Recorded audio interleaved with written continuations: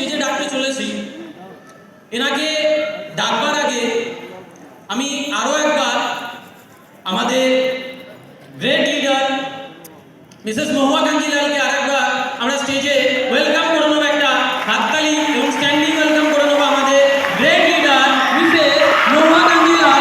আরেকবার আমরা জোরদারভাবে স্টেজে ডেকে নেব আমাদের গ্রেট লিডার মোটিভেটার মিসেস মহুয়া কাঞ্জিলাল। একটা জোরদার হাততালি, জোরদার হাততালি। স্টেজে ডাকবার আগে আমি দুটো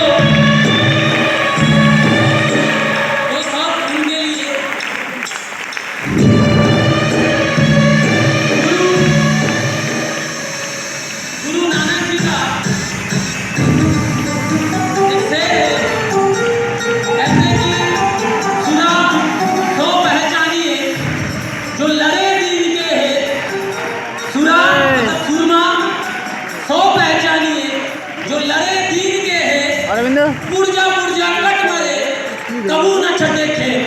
तो ऐसे एक सुरमा मतलब जिनको बहुत सारे तकलीफें झेलनी पड़ी लास्ट 25 বছরে এই যে জার্নি অনেক কিছু প্রবলেম ফেস করতে হয়েছে। আর বলা হয় সেই মানুষ সবথেকে বেশি শক্তিশালী হয় যে মানুষ সবথেকে বেশি প্রবলেম সলভ করে, সবথেকে বেশি প্রবলেম ফেস করে। তো এরকম একজন পার্সোনালিটি স্মার্ট ভ্যালুর সুরমা, যিনি হাজার হাজার আমাদের মতো দিন দুঃখী ছেলে মেয়েদেরকে আজকে একটা জায়গায় তুলে দিয়েছেন, একটা পজিশন দান করেছেন এবং আগামী জেনারেশনকে একটা রাস্তা দেখিয়েছেন যে কিভাবে হিরো থেকে জিরো হতে হয়। সেরকম একজন পার্সোনালিটিকে আমরা স্টেজে ডাকতে চলেছি, আমাদের great leader none other than mister Biswanath Bhowmik.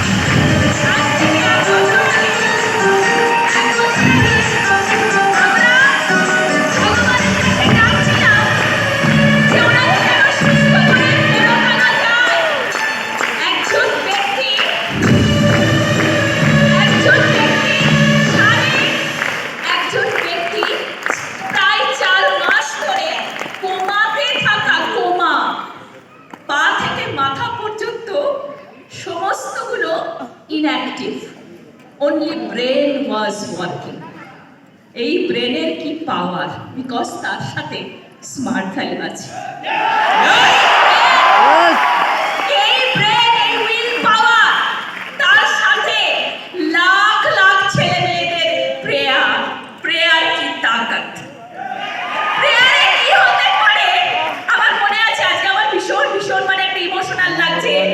আমার মনে আছে আমি বৌদির কথা না বললে নয়, কারণ প্রত্যেকটা মানুষের পেছনে, প্রত্যেক সফল ব্যক্তির পেছনে একজন মহিলার হাত থাকে, একজন ইন্সপিরেশনের হাত থাকে, একজন কি বলবো, একজন গাইডলাইন চাই।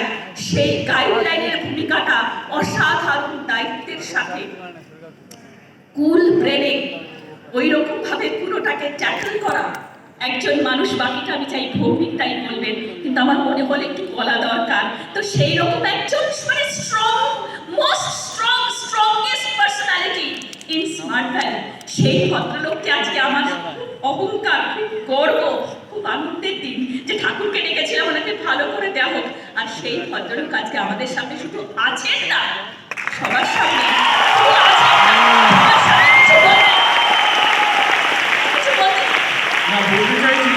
যার কথা তাকে শুধু ওখানে বসে থাকলে তো হবে না। Madam please come on stage এবং অদ্ভুত দুজনে একসঙ্গে প্লিজ।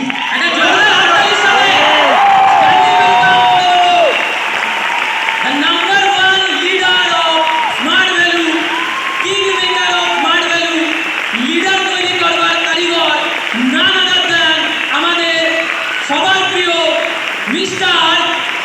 বিশ্বনাথ ভৌমিক একবার জোরদার হাততালি সাথে আমরা ডেকে নেব আমাদের গ্রেট লিডার মিস্টার ভৌমিক স্যারকে উইথ ওনার ফ্যামিলি মিসেস রয়না ভৌমিক এবং মিস্টার অর্ক ভৌমিক মিউজিক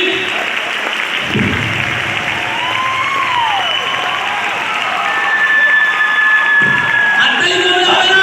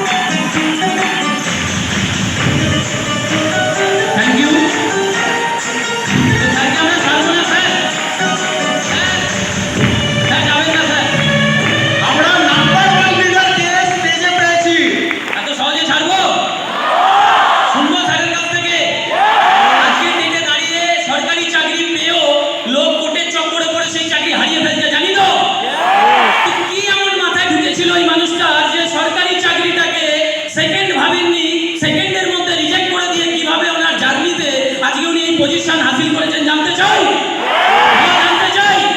আমি স্যারকে হ্যান্ড ওভার করবো থ্যাংক ইউ স্যার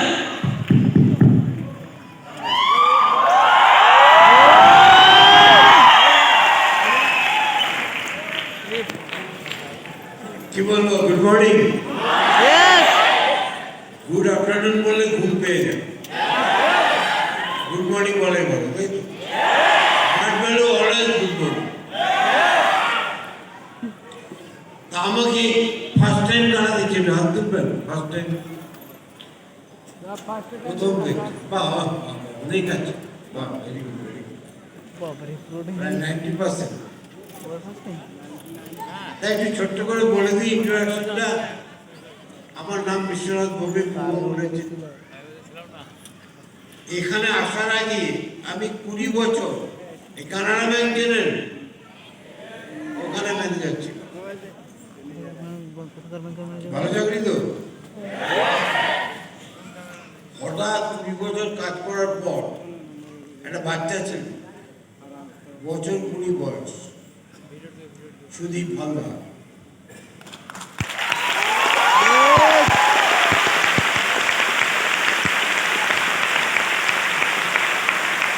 আমার হাফ বয়স তাকে রেসপেক্ট করতে হবে সে আমাকে সাহস করে ইনভাইট করেছিল ওই বাচ্চা ছেলেটা ইনভাইট করেছিল বলে আমি এখানে আপনাদের যারা ইনভাইট করেছে সবাইকে রেসপেক্ট করবে ও এখানে নেই চলে গেছে কিন্তু আমাকে এই সোনার খড়িটা দিয়ে গেছে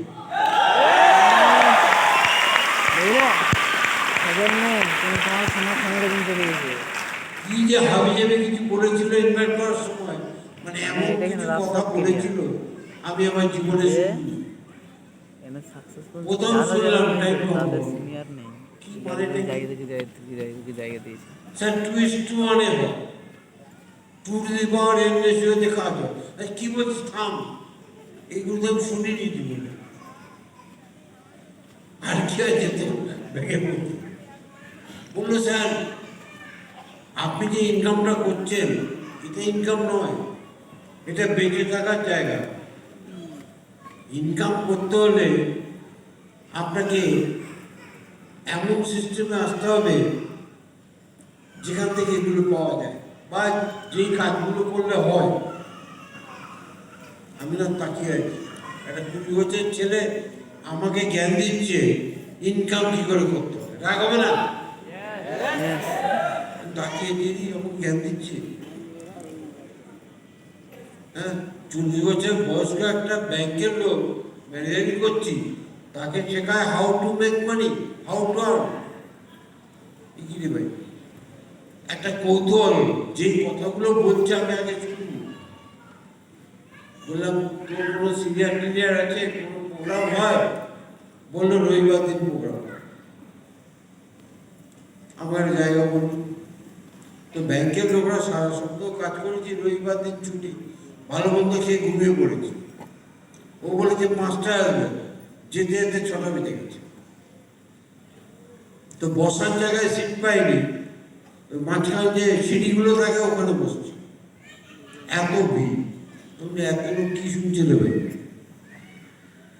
কিছু শুনলাম, কম্পিউটার উপরে কিছু বলছি, কম্পিউটার জানি না, তাই মাথার উপরে বেরিয়ে আছে কি বলছে। হঠাৎ বললে এখানে ইনকাম করার জায়গা আছে। হ্যাঁ বলতাম ইনকাম দেখে দেখে কি বলে, আরে বাবা কি সব বলছে। সপ্তাহে নাকি 10 লাখ ইনকাম করা যায়। আমি তখন ব্যাংকে কাজ করি, মাইনে 30,000 টাকা। 2000 সালে 30,000 টাকা মানে বিরাট। সে গিয়ে শুনছে 10 লাখ, 5 লাখ, সিলিং 1.5 লাখ, কি শুনছে এগুলো। এর আমি বসে বলতে এত হয় না, ঠিক আছে 5 লাখ হাফ করে দিলাম। 30,000, 5 লাখ বিশ্বাস করতে পারছি না, 30,000 থেকে গেছি না আরো হবে, আড়াই লাখ তো হয় নাকি 1.5 লাখ। কমাচ্ছি কেন? বিশ্বাস হচ্ছে না তাই কমাচ্ছি। এখন বুঝতে পারছি যা বলেছিল তুমি ঠিক বলেছিল, ওই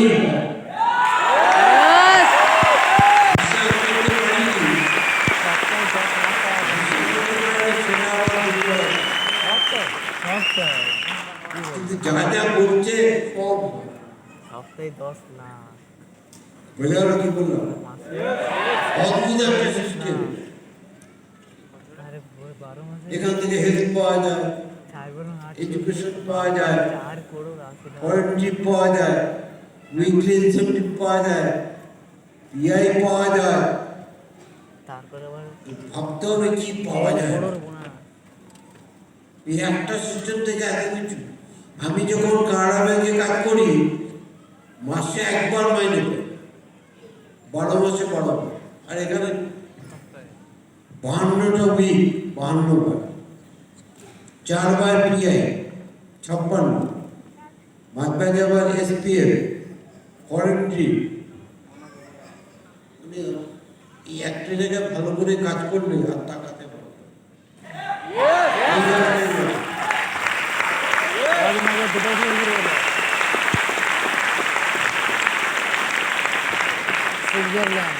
ইনকাম করতে কি লাগে? বড় ইনকাম করতে আইএম লাগে, আইআইএম লাগে, ইংলিশ মিডিয়ামে পড়তে হয়। আর এখানে গোদা বাংলা মিডিয়াম, গ্রামের স্কুল, 3 বারে 4 বারে 5 বারে একটা মাধ্যমিক, উচ্চ মাধ্যমিক মানে বেশি হয়ে গেল। আর কি লাগে?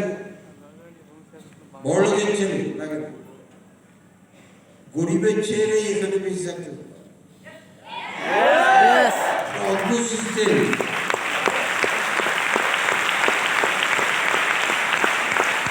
আমরা যা ভাবি মার্গলে তার সম্পূর্ণ ভালো ছেলেরা কোথা থেকে পাস করে? কলকাতা, বম্বে, দিল্লি, মাদ্রাস, বেঙ্গালুরু। আর আমাদের এখানে যারা কোটিপতি যে সাকসেসফুল তারা 90% হচ্ছে গ্রাম থেকে।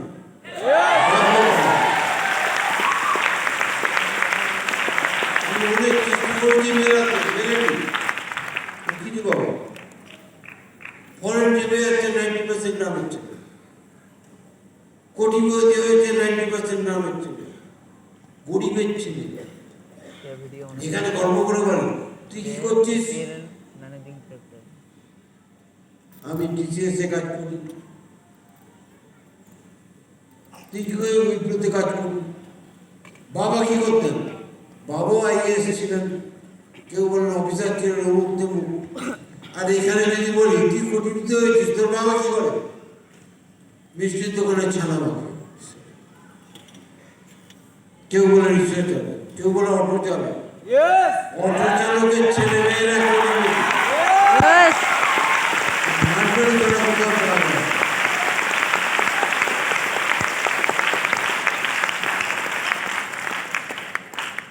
একটু অসুবিধা হয়েছিল চাকরিটা ছাড়ার সময়। মেইন প্রবলেম মানুষের ইমোশনাল প্রবলেম, অ্যাকচুয়াল প্রবলেমটা মানুষ বুঝে না। এই আমার ওয়াইফ, আমি যখন চাকরি যাচ্ছি বলছে এখনো তোমার 17-18 বছর চাকরি বাকি। আমি লোককে কি বলবো, কাড়বো। এতদিন তো বলেছি ব্যাংক ম্যানেজার বলবো, নিজে বেরবো, বেরিয়ে বেরবো, এবার কাড়বো বলবো, মানভূমি বলবো, কি জিনিস ইমোশনাল প্রবলেম। এখন এই কাড়বো আছে। আচ্ছা তুমি করোটা কি, মানে কি করবে? তুমি কম্পিউটার বানাবে? তুমি তো কম্পিউটার জানোই না। কম্পিউটার শেখাবে তাও তো জানো না। কম্পিউটার বিক্রি করবে, তার জন্য তো বড় জায়গা চাই, প্রচুর টাকা চাই। আমাকে লোকে জিজ্ঞেস করছে তোর হাজবেন্ড যে চাকরি ছেড়ে করছে কি করছি? আমি বলছি আমি কি করছি আমি এখনো নিজে পুরো জানি না, সবে জয়েন করেছি। তাই তো লোকে যখন জিজ্ঞেস করে কি করে, বলা যায়? বলতে পারবে 1 বছর পরে, তার আগে বলাই যায় না। কারণ কি, আমরা মাধ্যমিকের আসার আগে কি করতাম? কিছু কিছু ছেলে মেয়ে পড়াশোনা করতো, নাকি না? প্রাইভেট টিউশন করা যেহেতু পড়তে প্রাইভেট টিউশন কাছে।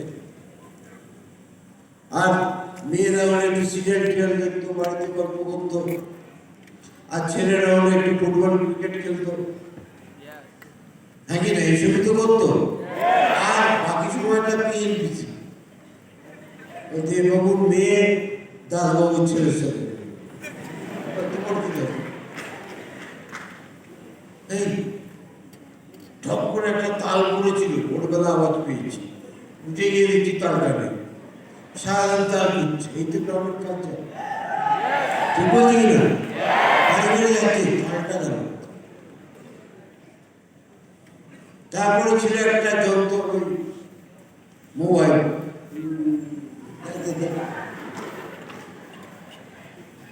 এইরকম একটা জীবন ছিল এখানে আসলে। অর্থাৎ আনন্দ ছিল, ছোটখাটো টেম্পোরারি মজা ছিল, ইনকাম ছিল।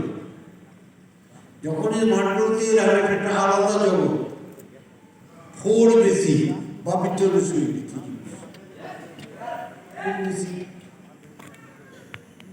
ইনভাইট করতে হবে, নাম লিখতে হবে। এইগুলো তো আগে করিনি। 20 বছর 22 বছর ধরে অন্য কাজ করেছি।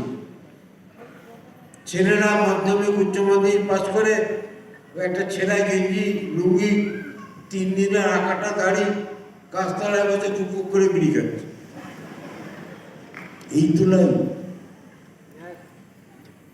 আর দুটো ছেলে দুজনেই ফার্স্ট ইয়ারে পড়ে, একই রকম লেখাপড়া, বাড়ির অবস্থাও এক। মাঠ বলল কি করেছে, অ্যাটিটিউড চেঞ্জ করো। সেটা কি জিনিস?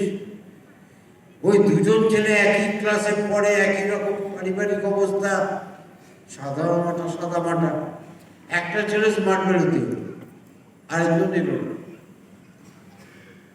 যে এলো না সে বন্ধুদের সাথে গল্প করছে, এবার পুজোয় না বাবাকে পটিয়েছি, একটা সাইকেল কিনে দেবে, 4,000 টাকা। এই পটিয়েছি বাবা রাজি হয়ে গেছে। আর যে ছেলেটা স্মার্ট বেরোতে এসছে সে কি বলছে, এবার মাইন্ড সেট করেছি, ড্রিম করেছি, এই পুজো একটা বাইক দেবো, 1,00,000 টাকা দাও।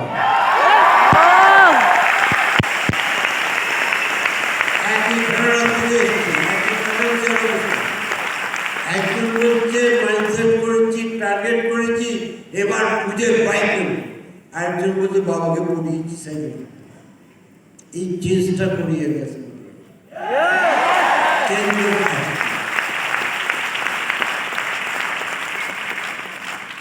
প্রথমে একটু অসুবিধা হয়, একটা নতুন জিনিস তো, ফোর বেশি কেন নাম লিখবো? অনেকে বাজারে যাওয়া ফর্দ আছে, ওর একটা নাম লেখে, 5 জনের নাম, অরুণ রায়, সুনীল সরকার,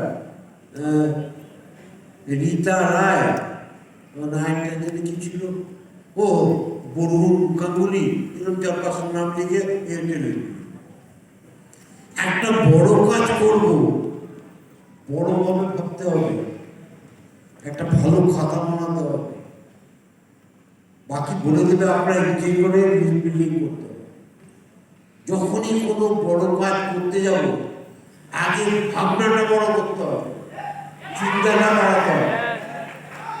ওই বাজারে যাওয়ার ফর্দতে বিল্ডিং হয় না, খাতা বড় করে ভাবতে হবে। ইনভাইটেশন খুব সহজ জিনিস, কিছুতেই ভালো লাগে না, আবার ইনভাইট করতে হবে। আচ্ছা যদি না আসে, আচ্ছা যদি এলো না শুনে ভালো করে, আচ্ছা শুনলো, যদি ফলো আপ না আসে, আচ্ছা ফলো আপে না হলো, যদি জয়েন না করো, আর জয়েন না করলো, যদি কাজটা করো, সব সময় নেগেটিভ পাবে। তাই আমাকে পজিটিভ ভাবতে হবে, আগে ভাবতে হবে আমি কি দিচ্ছি। এত জিনিস দেওয়ার মতো কোনো প্ল্যাটফর্ম ভারতবর্ষে সারা পৃথিবীতে নেই, যে একটা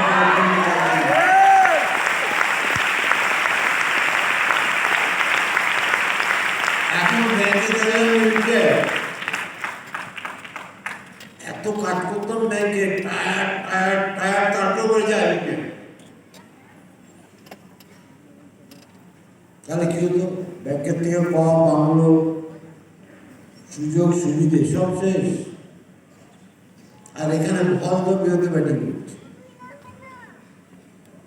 এতদিনের ওয়াইফ বুঝতে পারে বাড়ির লোকরা ডিসিশনটা ঠিক ছিল, তখন বুঝিনি।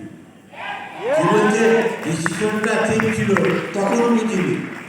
এই আপনাদের জীবনেও তাই হবে, মাঠগাড়িতে জয়েন করা ঠিক ছিল কিন্তু কাজটা করিনি, বুঝিনি, এরকম মনে করেন।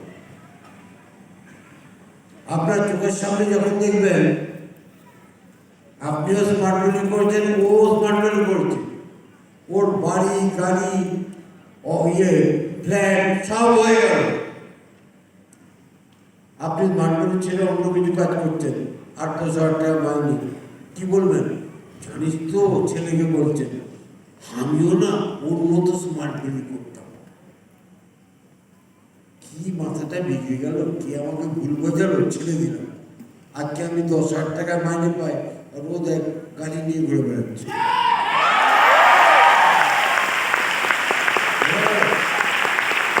আমরা বেশিরভাগ লোকরাই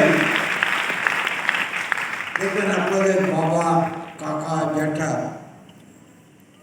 সারা জীবন কিছু ভুল কাজ করে আফসোস করে কিনা।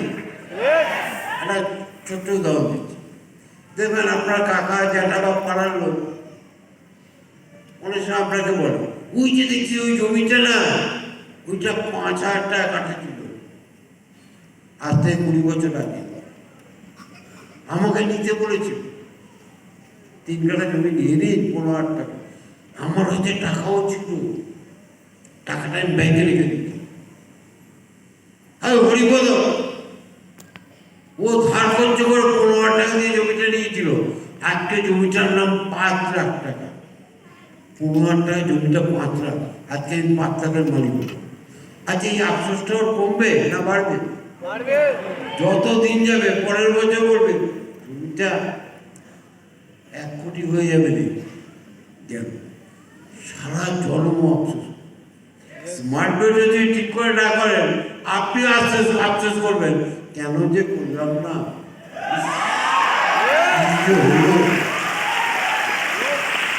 ওর সাথে রাগারাগি হলো, তার সাথে রাগারাগি হলো। একটা রাগারাগি কি জীবনে হয় না? প্রচুর রাগারাগি হয়। তো তার জন্য কোম্পানিটা ছাড়তে পারে। মাঠগুলো কি করেছে? এই বোধগুলো যখন আমি ভুলটা করছি তখন হবে না, হবে 10 বছর পরে। কি ভুল করেছি, ইস কেমন, আর একটু করলেই তো হয়ে যেত, কেন করলাম? হ্যাঁ, এই সিস্টেমে যেমন প্রচুর বন্ধু আছে, কিছু শত্রু আছে। এখানে সাকসেস যে আটকে যাওয়া রেখে তার জন্য কিছু শত্রু আছে, ওদের আপনি বুঝে নেবেন। 1 নম্বর শত্রুকে আপনি নিজে। খালি ভাবতে ওইটা ভালো, ওইটা ভালো, চাকরি করলে ভালো হতো, এরকম পাস করলে ভালো, খালি অন্য কিছু জিনিসকে ভালো বলতে। প্রথম লড়াই আপনার সাথে। স্মার্ট বোর্ড ভালো না, স্মার্ট বোর্ড দ্য বেস্ট। এর চেয়ে ভালো কিছু হয় না, হতে পারে না।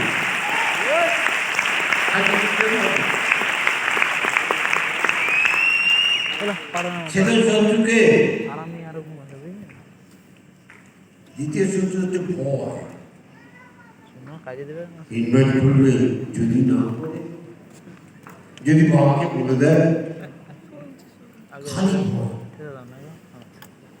আমি এখনো শুনিনি ইনভাইট করতে গিয়েও থাপ্পড় খেয়ে, আমি এখনো শুনিনি। এখন আমার টিমে আছে 25 লক্ষ অ্যাসোসিয়েট। 25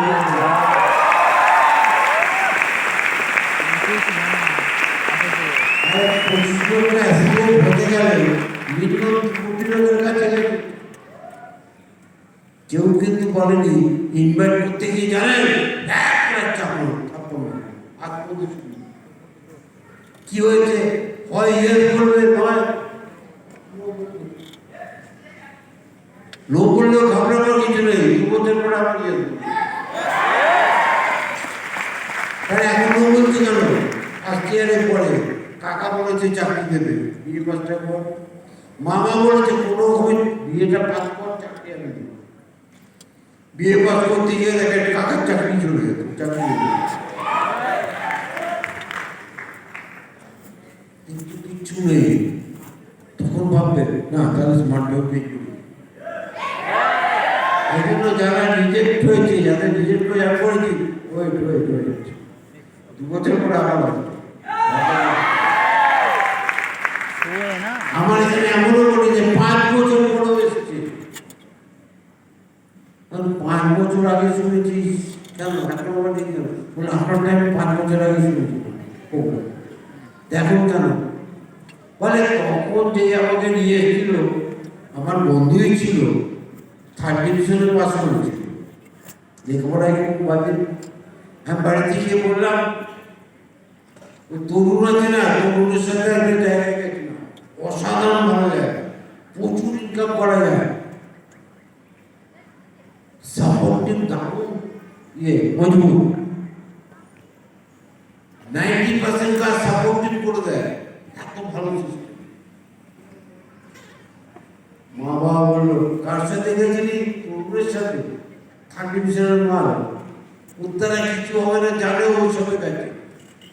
1st ডিভিশনে পাস করেছিস, অনার্স নিয়ে গ্র্যাজুয়েশন করছিস, তুই এমএসসি পাস করবি, তুই প্রফেসর হবি, কত কিছু স্বপ্ন তোকে নিয়ে, তুই হিসেবে যাবি কেন? তাই সাথে তা এখন এসছো কেন? বললো অনার্স পেলাম না, কোনো রকমে গ্র্যাজুয়েট হলাম, চাকরি ভালো পাচ্ছি না, 1015 টাকা একটা চাকরি করি। তাহলে এলি কেন? কোনো সেদিনকে না মা বাবার আমি এক জায়গা থেকে আসছিলাম, দমদমের কাছাকাছি দেখি ওই যে ছেলেটা আমাকে ডেকেছিল তরুণ, ও একটা বড় গাড়ি নিয়ে নামছে। তো আমার থেকে গাড়ি ধরলো, আমি জেনেছি রে তরুণ গোয়ার থেকে এলি, ওই সিঙ্গাপুর থেকে নামলাম, এয়ারপোর্টে গাড়িতে বাড়ি যাচ্ছি। তুই সিঙ্গাপুর? না আমি যাইনি, কোম্পানি পাঠিয়ে গাড়িটা কার? প্রথমে একটা ছোট গাড়ি কিনেছি, এখন একটা বড় গাড়ি কিনি। মা